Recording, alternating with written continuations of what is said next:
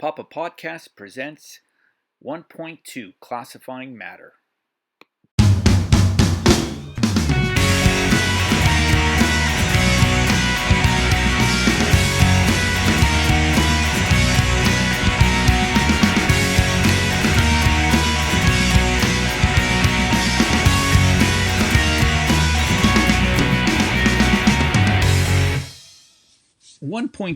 Classifying matter. Matter is constantly changing. So its change is due to the response in change in energy. So energy can make matter either move or change it entirely. So to do that, energy can either be added to a system or can be removed from a system. So a change in state alters the appearance of matter and not its composition. So take, for example, ice melting into water. So we've got our ice cube, right? We add heat. So we add heat, delta, to represent heat. And what's it going to do? It's going to cause it to melt, right? And form that liquid. We continue to add heat to it, and eventually it will form gases. And these are just molecules of water just kind of floating around. But if you look at the actual chemical composition of water or of that ice cube, it is really still remains H2O throughout all the states. The only difference is this water is H2O,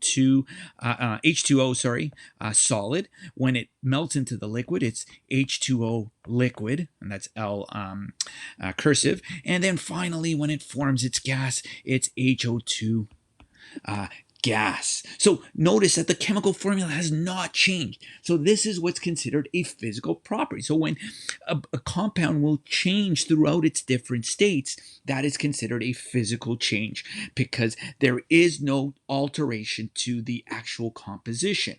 However, changes to the composition of matter are what are called chemical changes.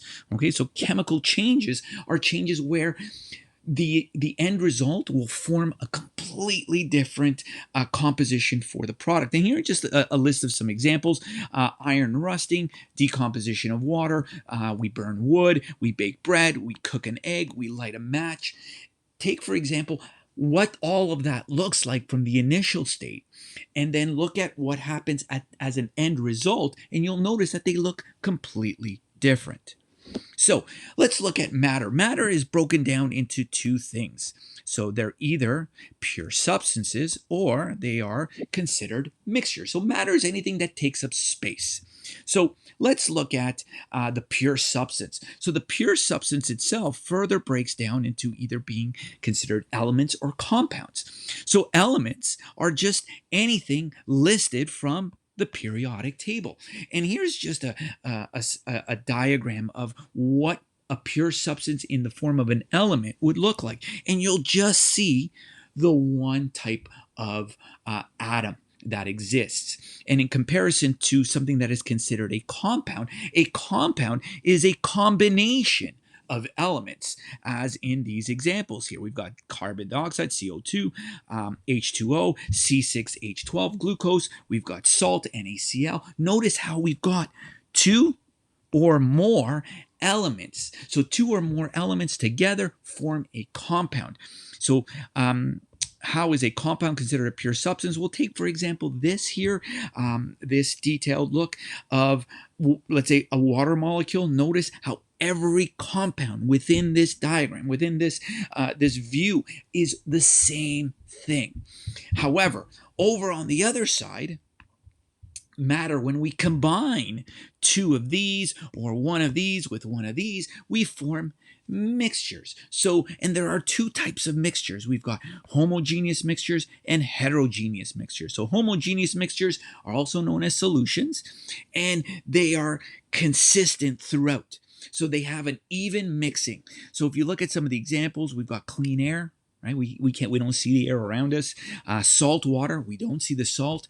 Grape juice, we see the same color consistent throughout. Bottled water, and don't be fooled by bottled water. Bottled water is different from H2O on the compound side because bottled water also contains all these different minerals. But if you look through a bottle of water, you're not going to see any of those other minerals within.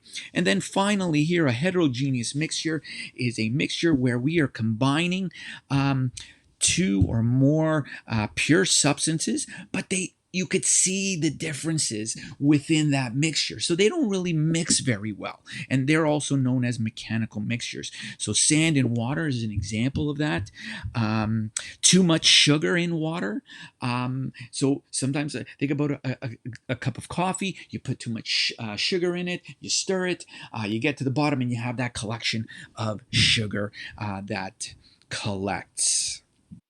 Practice problems can be found at the end of my lesson. Take a moment to try these out. Answers can be found on my website. I hope you liked this video. If you did, do not be shy to hit that thumbs up button.